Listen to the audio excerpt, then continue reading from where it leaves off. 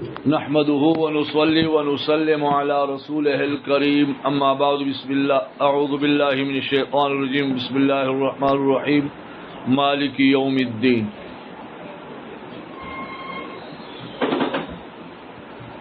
مالک یوم الدین یہ تین الفاظ ہیں اور علامہ قاضی بیضاوی رحمہ اللہ تعالی تینوں پر جدا بحث فرمائیں گے. آج کے درس میں پہلے لفظ یعنی مالک پر بحث ہوگا. مالک میں چار قسم کے صیغ استعمال ہو سکتے ہیں. مالک یوم الدین، ملک یوم الدین، ملک یوم الدین، ملک یوم الدین. البتہ پھر مالک میں مرفوع اور منصوب پڑھنا، اسی طرح ملک میں مرفوع اور منصوب پڑھنا آ رہا ہے. مالک یوم الدین پڑھنا بہتر ہے یا ملک یوم الدین پڑھنا بہتر ہے؟ حقیقت یہ ہے کہ دونوں قراءات متواترہ ہیں اور دونوں کے پڑھنے سے اسی طرح ثواب ملتا ہے جیسا کہ دونوں دوسرے قراءات متواترہ سے ثابت ہوئے قرآن سے. البتہ مالک یوم الدین پڑھنے پر ثواب ذرا زیادہ ملے گا کیونکہ مالک میں ایک حرف زیادہ ہے اور ہر حرف کے بدلے جب ثواب دیا جاتا ہے 10 نیکیوں کا، تو یہاں مالک 4 لفظ سے بنا ہے بمقابلے ملک کے کہ وہ 3 حروف سے بنا ہے. یہاں 4 حروف، وہاں 3. مالک یوم الدین یہ امام عاصم، امام کسائی اور امام یعقوب رحمۃ اللہ علیہ اجمعین کی قرات ہے اور یہی معنی قرآن پاک کی ایک دوسری آیت سے بھی مؤید ہے. سورۃ الانفطار میں کی آخری آیت میں اللہ پاک فرماتے ہیں یوم لا تملک نفس لنفس شیئا والامر یومئذ للہ. اس دن کوئی شخص دوسرے شخص کے لیے کسی چیز کا مالک نہیں ہوگا. یہاں مالک یوم الدین کس طرح ثابت کیا جا رہا ہے؟ فرماتے ہیں لا تملکو ضرب یضربو سے نفی کا صیغہ ہے اور ملکا یملکو کا مصدر جو آتا ہے وہ ملکن آتا ہے، ملکن نہیں آتا. کیوں؟ اس لیے کہ ملک یہ لازم ہے اور ملک متعدی ہے. ملک متعدی ہے اور مالک بھی متعدی ہے بمقابلے ملک کے کہ وہ لازم ہے اور ملک چونکہ صفت مشبہ ہے، صفت مشبہ ہونے کی وجہ سے ملک بھی لازمی ہے. بہرحال ملک لازمی ہے، فعل متعدی وہ متعدی نہیں ہے. ہاں اگر اس کو متعدی بنائیں گے تو اعلی کے صلہ کے ساتھ متعدی بنایا جا سکتا ہے. کس چیز کے ساتھ؟ اعلی کی صلہ کے ساتھ، اور لام کی صلہ کے ساتھ نہیں آ سکتا. اس وجہ سے یوم لا تملک نفس لنفس شیئا میں یہ ملک کا معنی نہیں ہے اور ملک کا معنی نہیں ہے، بلکہ مالک کا معنی اور ملک کا معنی ہے۔ اس دن کوئی شخص دوسری شخص کے لیے کسی چیز کا بادشاہ نہیں ہوگا، یہ معنی نہیں، کسی چیز کا مالک نہیں ہوگا۔ تو جب ایک آیت آئی قیامت کے بارے میں اور اس میں مالک ہونے کی دوسروں کی نفی آ گئی تو آٹومیٹکلی اللہ تعالیٰ جل جلال امن کے مالک ہونا کا مالک ہونا ثابت ہو گیا۔ لہذا مالک یوم الدین، قیامت کے دن کا مالک وہ ہے، جب کوئی اور نہیں ہے تو وہ ہوں گے۔ لیکن اس پر اعتراض وارد ہوتا ہے کہ والامر یومئذ للہ، اور حکم اس دن صرف اللہ کے لیے ہے۔ حکم تو بادشاہ دیا کرتا ہے، مالک نہیں دیا کرتا۔ تو جواب یہ ہے کہ مالک بھی بعض اوقات حکم دیا کرتا ہے، اور دوسرا جواب یہ ہے کہ امر دو معنی پر آتا ہے۔ ایک امر جو حکم کے معنی پر آتا ہے اس کی جمع اوامر آتا ہے، اور دوسرا امر جو شیء کے معنی پہ آتا ہے اس کی جمع امور آتا ہے۔ یہاں والامر یومئذ للہ وہ امر ہے جو امور کے معنی پر ہے، اور تمام چیزیں، تمام اشیاء، تمام کام اس دن اللہ ہی کے لیے ہوں گے۔ یہاں شیء آیا، والامر سے بھی اشیاء مراد لیے گئے۔ قراءت عاصم والکسائی ویعقوب با رحمہم اللہ ویعضدہ قولہ تعالی، اور اس کی تائید کرتا ہے اللہ تعالی جل شانہ کا یہ قول یوم لا تملک نفس لنفس شیئا والامر یومئذ للہ۔ اب آتے ہیں کہ ان تینوں قراء کے علاوہ باقی قراء کہتے ہیں کہ یہ ملک ہے، وقرأ الباقون ملک، اور باقی حضرات نے ملک کہا ہے، پڑھا ہے وہو المختار، اور یہ مختار اور پسندیدہ مذہب بھی ہے۔ مولانا کیوں پسندیدہ ہے اس کے مقابلے میں؟ دلیل پہلی تو یہ ہے لأنہ قراءۃ اہل الحرمین، مکہ اور مدینہ منورہ، مکہ مکرمہ اور مدینہ منورہ کے لوگوں کی قراءت یہی ہے۔ پہلے تھی، اب تو حرمین شریفین کی نماز آپ سب نے سنی ہوگی، ان دونوں مساجد کی، مسجد حرام اور مسجد نبی صلی اللہ علیہ وسلم، سب کیا پڑھتے ہیں؟ مالک یوم الدین پڑھتے ہیں۔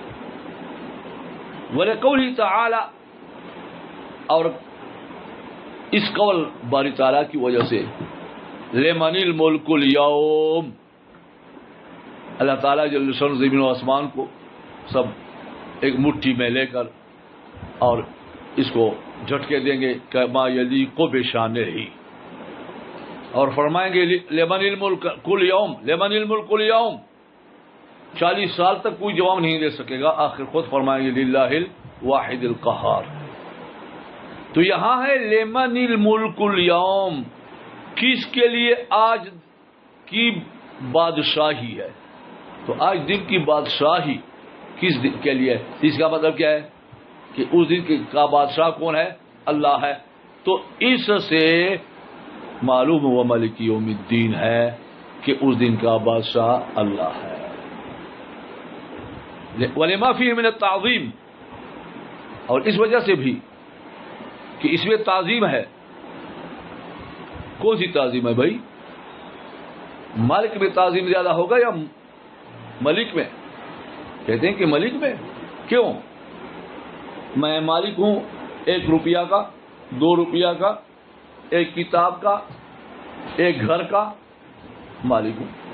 اب 1 روپیہ میرے پاس ہے پھر بھی مجھے مالک کہا جا سکتا ہے، اور اگر کروڑ روپے میرے پاس ہیں پھر بھی مجھے مالک کہا جا سکتا ہے۔ اگر 1 ارب یا خرب ہو پھر بھی مجھے مالک کہا جا سکتا ہے۔ تو مالک کا پتہ نہیں چلتا کہ قدر قلیل شیء قلیل کا مالک ہے یا شیء کثیر کا مالک ہے۔ تو مالک میں اتنی عظمت نہیں ہے، لیکن اگر بادشاہ کہیں تو وہ شیء قلیل کا مالک نہیں ہوتا، وہ بہت سی چیزوں کا بادشاہ ہوا کرتا ہے۔ دوسری وجہ اور بتاتے ہیں، مالک جو ہوتا ہے اعیان مملوکہ میں تصرف کر سکتا ہے جیسا چاہے، اور ملک اعیان مملوکہ و غیر مملوکہ دونوں میں حکم اور نہی کے ذریعے تصرف کرتا ہے۔ تیسرا فرق یہ ہے کہ مالک کی اگر بہت زیادہ ملکیت آ جائے تو زیادہ سے زیادہ کسی انسان پر، ایسی انسان پر ملکیت اس کی ثابت ہو سکتی ہے جو غلام یا لونڈی اور کنیز ہو، لیکن حر پر اس کی ملکیت ثابت نہیں ہو سکتی، جبکہ بادشاہ کا حکم وہ حر پر بھی چل سکتا ہے، اس میں بھی تصرف کر سکتا ہے اور غلام میں بھی۔ لہذا بادشاہ میں تعظیم زیادہ ہے، وَلِمَا فِيهِ مِنَ التَّعْظِيمِ، اور اس وجہ سے بھی کہ ملک میں تعظیم ہے۔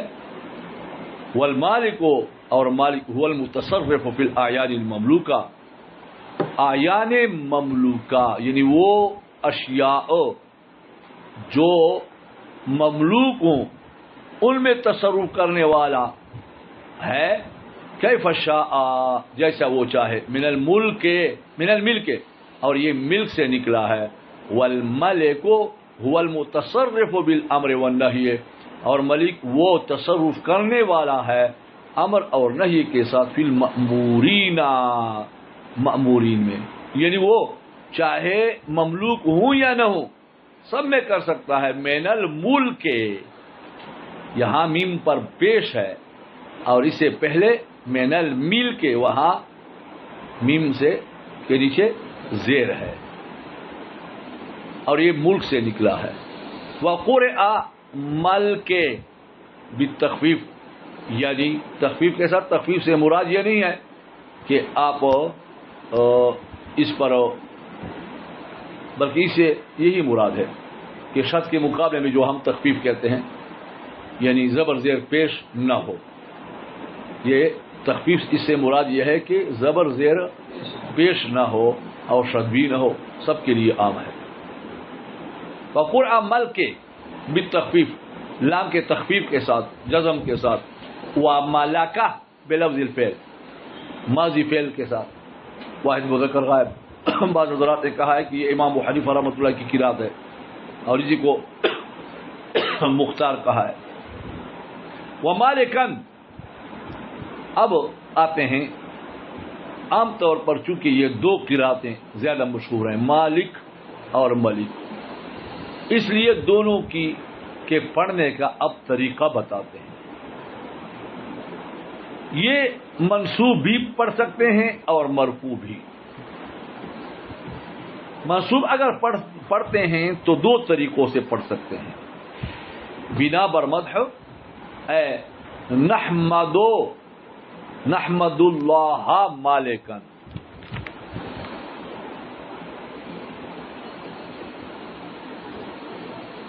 کہ ہم حمد بیان کرتے ہیں، مدح، نمدح اللہ مالکن، ہم اللہ تعالیٰ جل شانہ کی مدح بیان کرتے ہیں اس حال میں کہ وہ مالک ہے،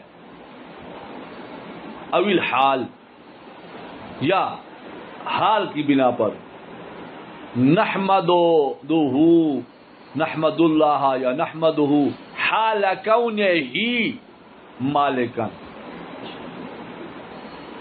اور اگر رفع کے ساتھ پڑھتے ہیں تو یہ دو طریقوں سے پڑھا جاتا ہے. تنوین کے ساتھ بھی مالکن بالرفع منونا، تنوین کے ساتھ مالکن، اور مضافن اور مالکو بھی پڑھ سکتے ہیں، لیکن وہ پھر کیا ہوگا؟ مالکن یوم الدین، مالکن کی بجائے مالکو یوم الدین.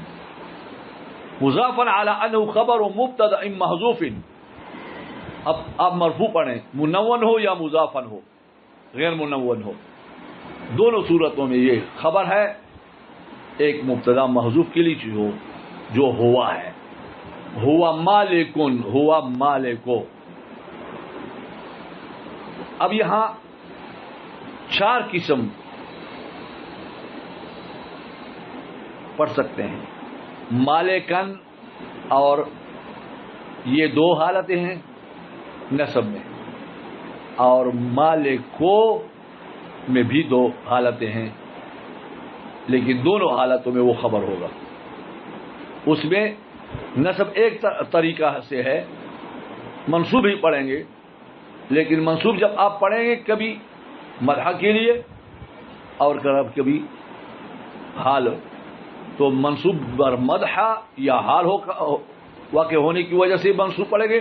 یہاں مرفوع جب آپ پڑھیں گے تو خبر ہونے کی وجہ سے. اب 2 طریقے سے پڑھا جاتا ہے کہ منون ہو یا مضاف ہو، لیکن ملک اس میں تنوین نہیں آئے گا، البتہ نصب آ سکتا ہے. وہ ملک کے مضافن بالرفع والنصب، ملک یوم الدین، ملکہ، و یوم الدین یوم الجزاء. وہ انشاءاللہ العزیز کل پڑھیں گے.